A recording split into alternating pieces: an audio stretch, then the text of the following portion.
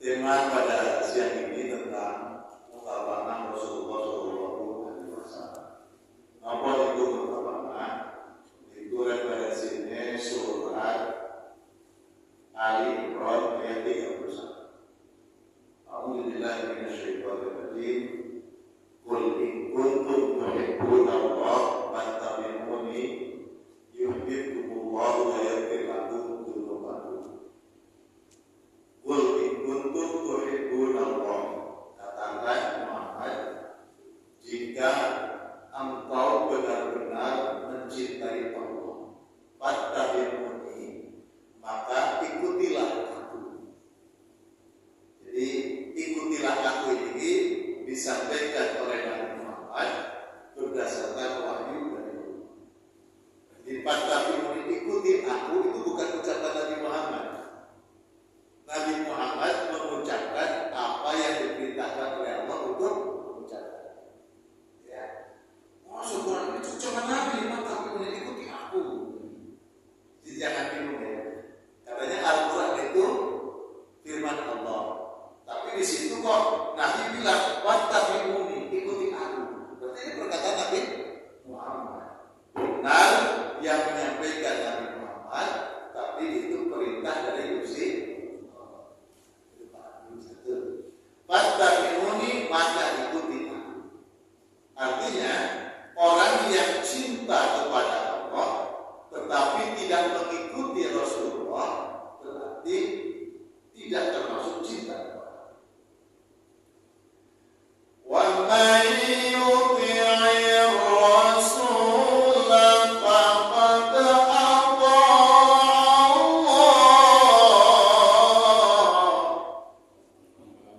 Siapa yang mengikuti Rasulullah maka benar-benar dia termasuk orang yang taat kepada Allah. Jadi Rasul diikuti berarti dia taat kepada Allah. Bila aku taat kepada Allah, tapi orang menunaikan tidak melaksanakan apa yang Rasulullah laksanakan, berarti dusta. Ikuti aku, refleksinya orang yang cinta kepada Allah dengan membuktikan dia mengikuti Rasulullah, dampaknya dua. Yuhibbukumullah, engkau dicintai Allah. Wa yaghfir lakum dzunubakum, dan dosa-dosamu diampuni. Yang berikutnya, mutaba'ah Rasulullah itu kunci sukses. Siapa yang ingin selamat dunia, selamat akhirat, siapa yang ingin ketemu Gusti Allah dengan selamat, siapa yang ingin bejo dunia, bejo akhirat, kuncinya mutaba'ah Rasulullah. Mutaba'ah itu cara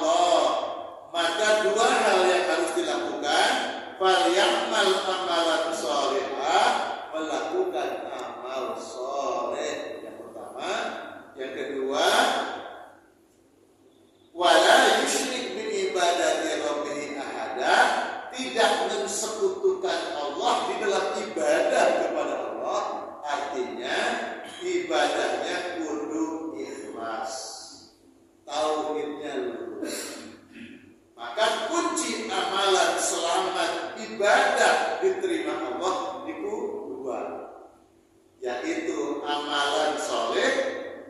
Amal soleh ini ya sebagaimana Rasulullah Shallallahu Alaihi Wasallam contohkan. Yang kedua, ikhlas amal.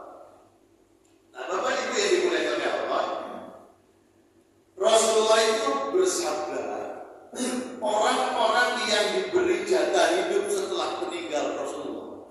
Nah, kita ini kan orang yang lahir setelah Nabi lama sudah wafat. Maka engkau akan menemukan perselisihan, perbedaan yang banyak. Dia akan melihat perbedaan dalam beragama. Dalam Islam pun akan terjadi perbedaan di dalam penafsiran. Lalu apa yang harus dilakukan? Fa'alaikum bisunnati, ikuti sunnah Rasulullah, wa sunnatil khulafa'ir rasyidin al-mahdiyyin min ba'di. Yang kedua, ikuti sunnahnya khulafa'ur rasyidin. Khulafa'ur rasyidin itu ada berapa Bapak Ibu? Ada 4. Siapa saja? Abu Bakar, Umar, Utsman, Ali. Ikuti sunnah Nabi, ikuti sunnah sahabat sepeninggal Nabi yang jumlahnya 4, disebut khulafa'ur rasyidin. Kenapa 4 orang ini? Ar-Rasyidin al-Mahdi min ba'di. Sebab keempat sahabat ini dibimbing petunjuk dan diberi hidayah oleh Gusti Allah. Itu Rasulullah yang menyampaikan. Yang kedua, khairul qurun qarni, khairun nas qarni. Sebaik-baik zaman kata Nabi, sebaik-baik manusia kata Nabi, qarni, yang hidup sejamanku. Yang hidup pada masa Nabi siapa? Para sahabat. Summa yalunahu, kemudian seabad setelahnya, 100 tahun setelahnya. Summa yalunahu, kemudian 100 tahun setelahnya. Ya, Rasulullah itu bersabda, kaum terbaik, umat terbaik adalah zamannya sahabat, lalu 100 tahun pertama, lalu 100 tahun kedua. Siapa 100 tahun pertama? 100 tahun pertama itu disebut generasi salaf atau disebut tabi'in. Generasi 100 tahun kedua siapa? Khalaf. Ada salaf, ada khalaf. Siapa mereka? Atba'ut tabi'in. Tabi'in, atba'ut tabi'in itu siapa orangnya? Ternyata kalau kita telusuri sejarah, itu sejaman dengan ulama-ulama besar yang disebut ulama mazhab. Hati-hati, sekarang banyak kelompok semangat beragama, wes gak ada mazhab, ikut Nabi saja. Berarti dia melecehkan sabda sendiri. Kenapa? 100 tahun pertama itu siapa? Imam Hanafi, Imam Malik. 100 tahun kedua siapa? Imam Syafi'i, Imam Bali. Ternyata generasi tabi'in dan atba'ut tabi'in itu di dalamnya ada 4 ulama besar, yaitu Imam Hanafi, Imam Maliki, Imam Syafi'i, Imam Hambali. Kata Rasulullah, itu generasi terbaik. Ayo, sekarang yang bilang nggak usah sahabat, nggak penting, hati-hati. Maka kalau hari ini ada terjadi perbedaan pendapat, sudah kita lihat bagaimana nabinya, orang ketemu Rasulullah. Bagaimana sahabat, ya nggak ketemu Rasulullah. Bagaimana tabi'in, ya nggak ketemu Rasulullah. Bagaimana tabi'in, nggak arah. Bagaimana ulama mazhab, nggak tahu. Tapi kan ada peninggalannya kita. Siapa yang mengkaji? Ya para ulama. Kalau ulama-ulamaan langsung Quran hadis, dan memangnya bisa baca Quran, bisa baca hadis langsung pinter? Tidak bisa kalau tidak melalui guru dari gurunya, dari ulama, dari gurunya, terus nyambung kepada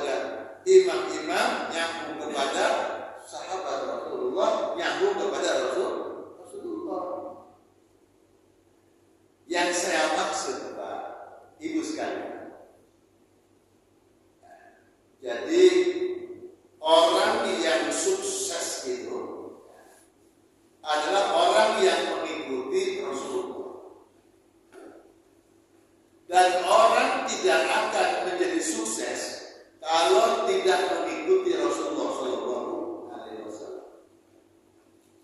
Dikira dawuhane Syekh Ibnu Athaillah As-Sakandari. Jadi orang kalau ingin sukses, ya ikuti Nabi. Wala yadkhulu alaikal ihmal illa bi ihmalika an mutaba'atin Nabi sallallahu alaihi wasallam. Orang dikatakan lalai kalau dia melalaikan sunnah Rasulullah. Wala tahsulul karimah. Orang itu tidak akan mendapatkan derajat yang tinggi. Inna Allah di sisi Allah Ta'ala illa bi mutaba'atin Nabi sallallahu alaihi wasallam, kecuali dia mutaba'ah mengikuti Nabi Muhammad sallallahu alaihi wasallam. Nah, Syekh Ibnu Athaillah ngendikan dalam kitab Tajul Arusili, itu termasuk kitab tasawuf, ya. Apa beliau katakan? Wal mutaba'atu ala ismain. Mengikuti Nabi itu ada dua bagian. Jaliyatin wa khafiyatin. Ada yang jaliyah, yang nampak, yang kelihatan, yang jelas, yang terang. Ada khafiyatin yang tidak kelihatan, yang samar. Para jaliyah itu yang terang, yang nyata, yang kelihatan. As-shalah, wasiyam, wazakat, wal haji, wal umrah, wal jihad, wa ghairi dzalik. Salat itu kelihatan, Pak. Gerakannya seperti apa, anggota badannya melakukan. Puasa sama, Pak, kapan sahur, kapan buka. Zakat kelihatan, sing ditok meliku harta sing model opo. Haji umrah apalagi, mau berangkat syukuran selamatan, pulang syukuran lagi. Kelihatan. Jihad, bagaimana dia semangatnya dalam berangkat mempertahankan negaranya, agamanya, kelihatan. Maka ini amalan yang sifatnya nampak, sholat nampak, kelihatan. Itu harus mengikuti cara Nabi.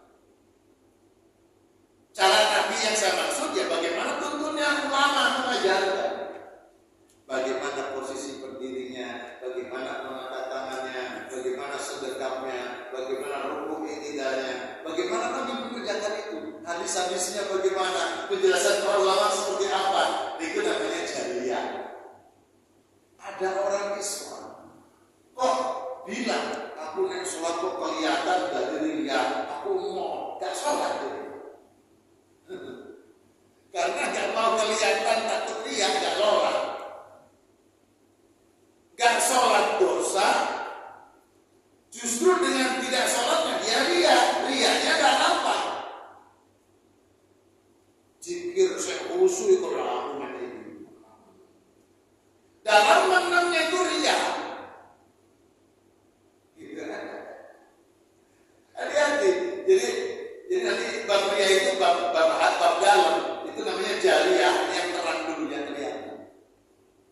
Yang kedua khafiyah itu yang tidak kelihatan, bab hati. Maka ibadah itu bab hati. Maka yang sholat pastikan bukan hanya badannya, juga hatinya ikut sholat. Yang doa itu bukan hanya mulutnya meminta, tapi hatinya juga meminta. Itu maksudnya khafiyah.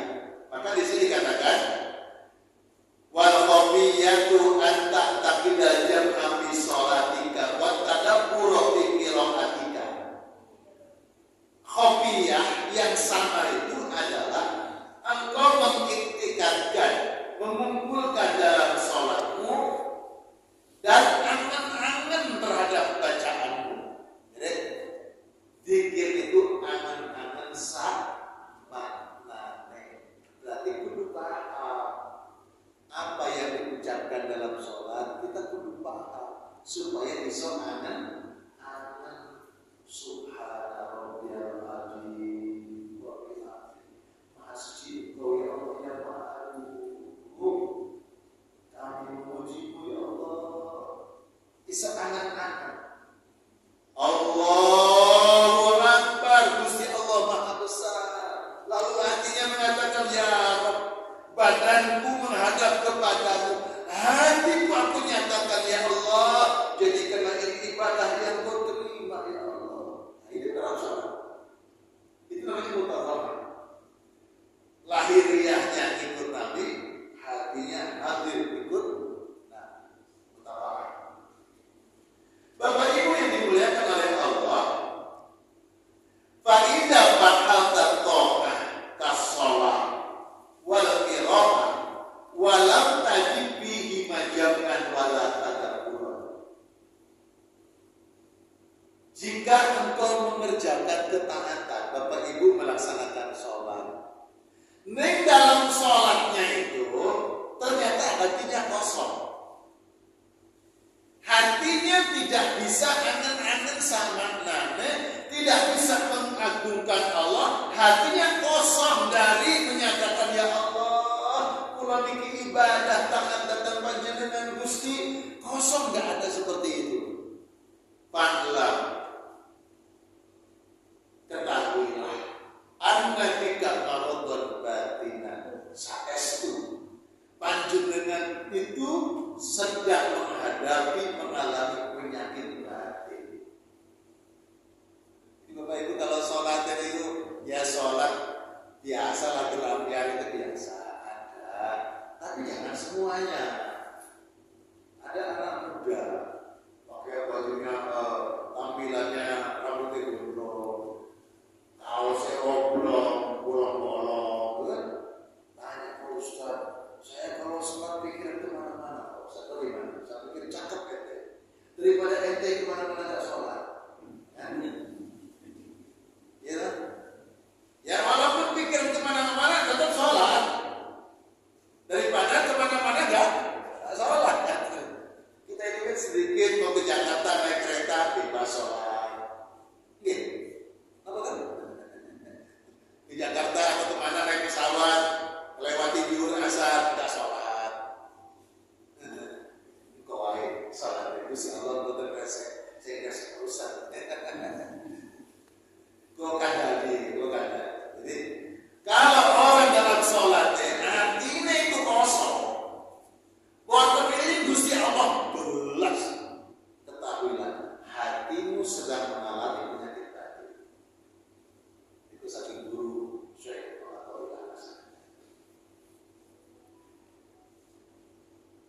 fayakunu misaluka kalmahmu. Demikian itu seperti orang terkena penyakit demam tinggi, penyakit demam panas tinggi. Kenapa? Alladzi yajidu fi batnihi sukarun, ada di mulutnya itu gula, tapi kok pahit. Pahit ini apa? Gula bah, pahit, gula, kok pahit, gula. Gula itu pahit atau manis? Manis. Tapi kok pahit? Sebab sedang sakit. Itu yang sakit itu kan demam, itu kan badannya. Orang yang badannya sakit saja bisa merubah rasa. Manis jadi gak manis, enak jadi gak enak, ya kan? Makanya pengumuman, kalau panjenengan besok wong loro nang rumah sakit, wong besok wong loro lah, gono makanan saya enak, insya Allah yang makan yang nungguin. Ya gak apa-apa kalau saya nunggu dia capek, kesel, kudu makan enak. Cuma maksud saya, kalau yang sakit tadi sudah sembuh, datangi mana, gono mana makanan saya enak, gitu loh. Dan iso ngerasa, ya tenang, wih di gono gitu, enak kok enak ya, gitu kan. Suka-suka punya rasa syukur kepada Gusti Allah. Pas waya sakit di gono saya enak, pas waras gak di gono, ya karena rasanya saya enak.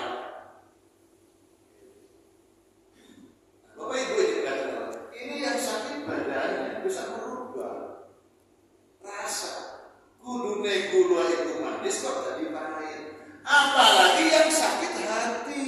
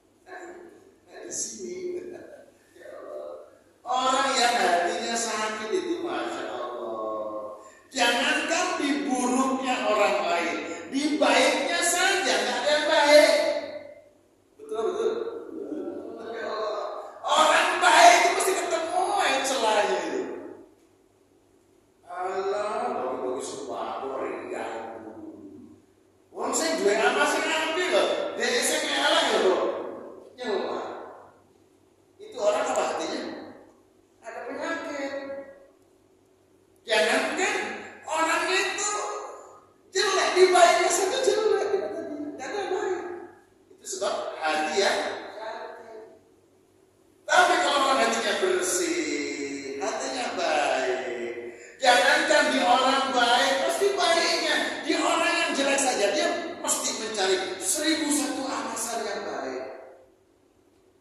Lihat orang ini melakukan hal yang buruk, dia terus jodoh. Baik lali. Apa alasannya? Baik kepeksa.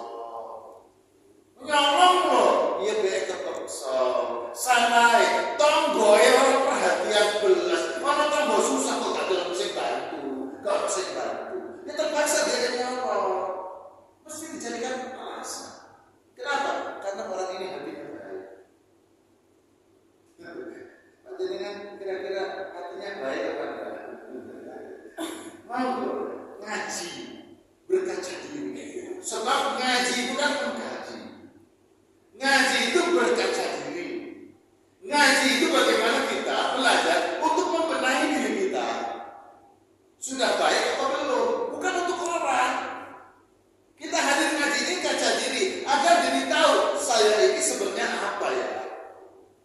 Bukan lihat orang. Ketika dijelaskan, jadi bagaimana upaya membenahi diri kita yang kurang baik supaya bisa jadi baik. Itu ngaji. Diawali dengan apa? Ngoji, songo, lan siji. Dalam tubuh manusia ada 9 lubang. Gitu. 9 lubang itu apa? Monggo.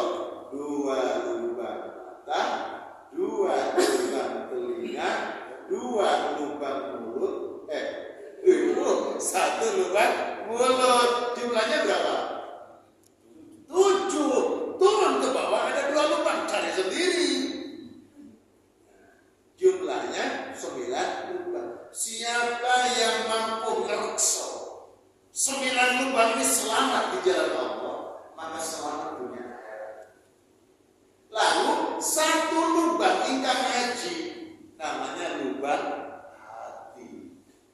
Ini ingkang ngaji. Sampai duwe ngaji wae, nek atine elek gagal. Makanya orang dulu itu istilahnya maca bismillah, keliru-keliru iso ngibur. Bismillahirrahmanirrahim, iso ngibur. Sekarang puasa bismillahirrahmanirrahim, pancet ae. Sebab artine banyak kotorannya. Maka Ramadan itu memungkinkan untuk membenahi diri kita, hati menjadi bersih. Makanya sampai mengatakan Rasulullah itu, jangankan hal yang membatalkan puasa kau hindari, yang membatalkan nilai puasa pun hendaknya kau hindari. Ghibah, ngomong, elek-elek uang, itu bisa membatalkan pahala puasa. Hindari supaya hatimu baik. Jadi ibadah Ramadan itu ibadah yang mengangkat harkat martabat kita menjadi lebih baik. Maka sangat relevan di bulan Ramadan ini pengajiannya ditingkatkan. Di samping itu lawan kantor. Masya Allah. Lalu berikut terakhir. Jadi orang kalau hatinya kotor, lihat siapa itu kotor.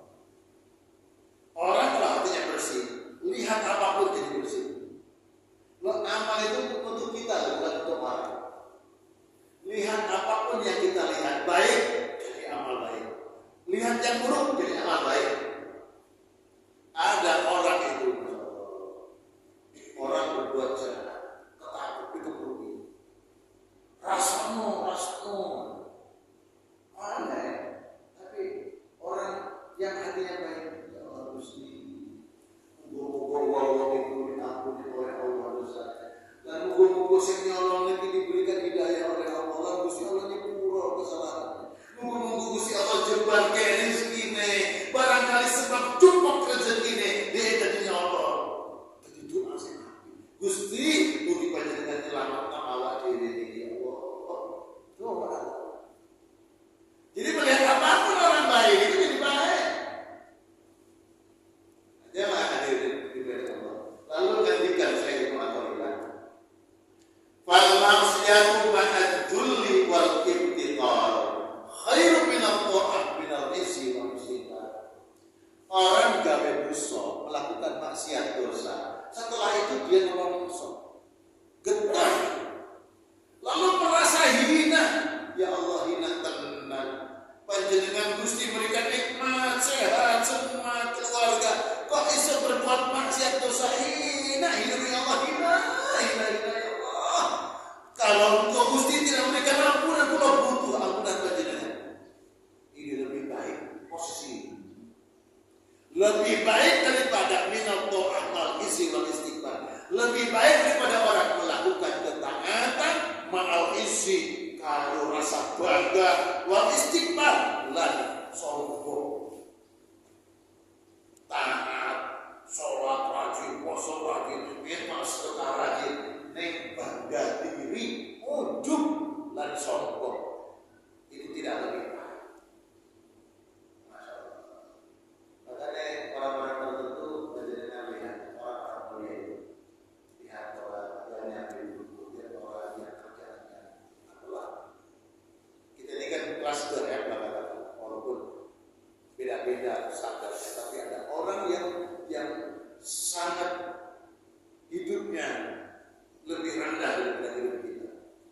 Kalau ketemu mereka itu, Masya Allah, orang tertentu diciumkan mereka.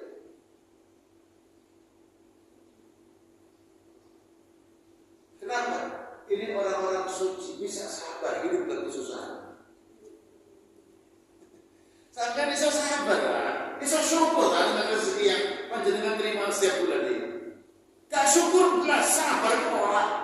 Misalnya, lo deh jalannya murid lo susah tiap hari, sabar jalannya murid. Ya. Makanya ulama dulu itu, aku pengen ketemu wali apa caranya? Bismillah aku. Nanti Bismillah tak ketemu wali. Ternyata apa? Di gawang yang pinggir sungai, orang-orang yang munggah no batu ke truk itu. Kok di sini? Ya di sini aja nyantai. Jadi diajak main wali loh. Dengar itu wali-wali. Wali deh. Masya Allah. Itu orang yang hidupnya susah. Berapa munggah no batu ke mobil? Sehari cuma segitu. Kurang beremulik, saya diomeli bojoi, itu tukang mobil itu. Macam itu, bapak saya begitu ya. Sing sabar apa bukan mah? Lah besok di pantai saya besok kumpulan di mana-mana sekolah. Oke, sing sekolah pendidikan tinggi, yuk besok mah. Jadi orang yang rendah tapi mengaku dia ini rendahnya di hadapan Allah itu lebih mulia daripada orang yang kedudukan di posisi tinggi tapi dia tidak punya rasa syukur, tidak punya rasa tanggung. Terakhir, Nabi Allah itu punya anak yang terkenal, siapa namanya? Nabi Nuh punya anak yang terkenal namanya siapa? Nabi Nuh itu anaknya banyak. Ketika diperintahkan Allah orang-orang yang beriman bersama Nabi Nuh itu buat kapal. Setelah jadi kapal selesai, hewan-hewan semua ada sekat-sekatnya. Lalu para beriman saat itu terjadi petir, angin kencang, hujan deras, air tumpah. Nabi Nuh tanya ke anak yang di kapal yang ikut Nabi Nuh, wahai anakku, kau lihat keadaan saudaramu? Tidak ya, mulai kemarin pun tidak lihat kan? Naik di atas dek, di atas yang paling tinggi, lihat ya, kelihatan anaknya itu sedang lari dikejar air bah. Wahai anakku, naik ke kapal bersama ayahnya. Jawabannya apa? Tidak ya, aku akan naik ke atas dulu. Ternyata seret oleh Allah, oleh bajin badannya. Nabi Nuh Inna bani ahli, cari Nabi Nuh kepada Allah. Ya Allah, kan'aniku anakku ya Allah, bagian dari keluargaku ya Allah, panjenengan tolong Gusti selamatkan anakku lo kanan. Apa jawabannya? Qalat ya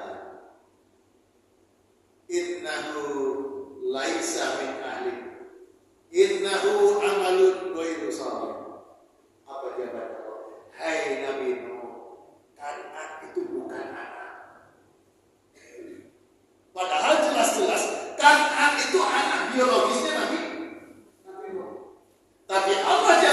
Sesungguhnya Kanan itu bukan anakmu. Dia bukan bagian dari keluargamu. Sebab apa? Amalannya tidak baik. Ini kalau saya ada sedih anak-anak kira-kira seperti apa. Jadi nanti mikir mana. Kalau dia tidak iman kepada Allah, putus kan? Putus hubungannya.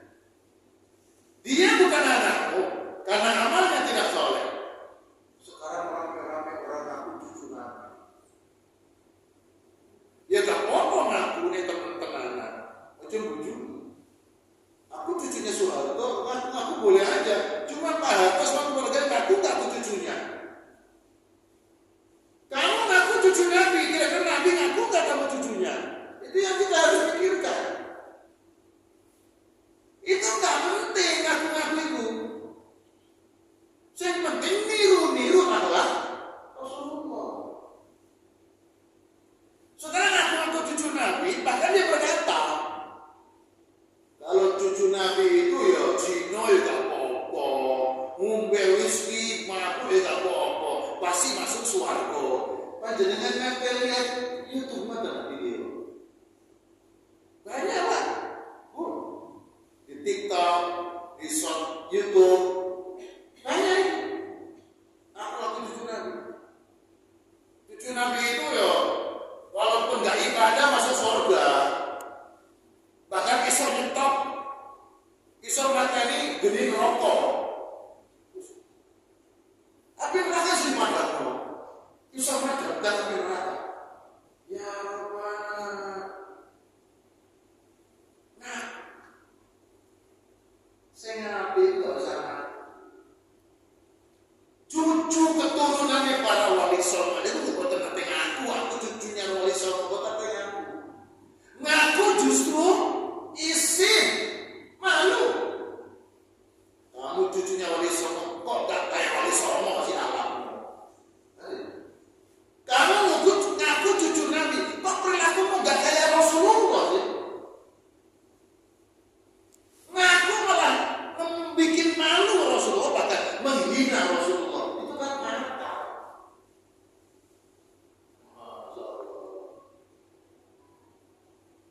Ini anaknya Nabi Nuh aja gak diaku oleh Allah kok, sebab tidak iman kepada Allah, tidak nurut kepada Nabi Nuh.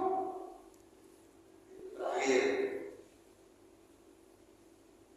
Rasulullah Salman minna ahli. Salman itu bagian dari keluargaku dan termasuk ahlul bait. Siapa Salman? Ajnabiyah. Salman itu orang yang jaraknya jauh dengan alam. Liya broyo, boten enten keturunan, boten enten nyambung kepada Nabi Muhammad. Orang lain seperti kita ini, seperti saya ajnabiyah, liya broyo orang lain dengan Rasulullah. Tapi Nabi ngaku Salman itu bagian dari keluarga kami. Salman itu keluargaku dan termasuk ahlul bait. Salman dikenal Al-Farisi, teko Persia dari Iran. Jadi keburu Amerika balik Israel. Keburu balik, benar-benar. Jadi dari Persia, dari Iran. Tapi Nabi tahu dia keluarga putra Rasul baik. Kenapa? Karena Salman mutaba'ah Rasul, mengikuti meneladani jejak Rasulullah Sallallahu Alaihi Wasallam. Sekalipun jaraknya jauh, karena mutaba'ah kepada Nabi, maka dia nyambung kepada Rasulullah. Dia insya Allah dia dipastikan mendapat syafaat Rasulullah. Kita orang Indonesia jaraknya juga jauh dengan Mekah, dengan Saudi Arabia, dan kita juga saya bukan keturunan Rasulullah, tapi kalau kita mengikuti Rasulullah, insya Allah nyambung dan diakui oleh Rasulullah, insya Allah mendapatkan syafaat Rasulullah. Jadi kaji kita tetap bertambah akhir, mudah-mudahan manfaat. Ada yang bertanya? Alhamdulillah tidak ada yang bertanya. Cukup ya, mudah-mudahan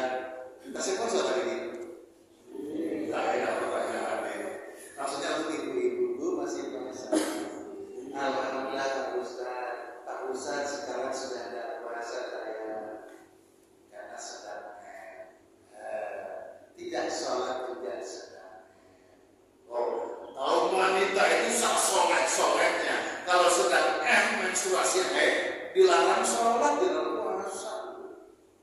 Aku soleh tetap puasa dia betul oleh.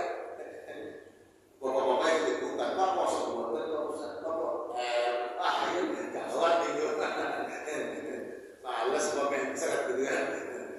Mudah-mudahan barokah semuanya. Kita mencintai Nabi dengan pelan-pelan mengikuti sunnah-sunnahnya. Rabbana atina fid dunya hasanah wa fil akhirati hasanah wa qina adzabannar. Alhamdulillah. Terima kasih bisa silaturahminya. Sudah berapa lama? Setahun yang lalu. Tahun 2006 di bulan Ramadan bisa silaturahmi. Semoga menjadi jalan kebaikan. Doa kita, jangan bangun malam, doakan sholat, doakan rekan kerja, doakan guru-guru. Insya Allah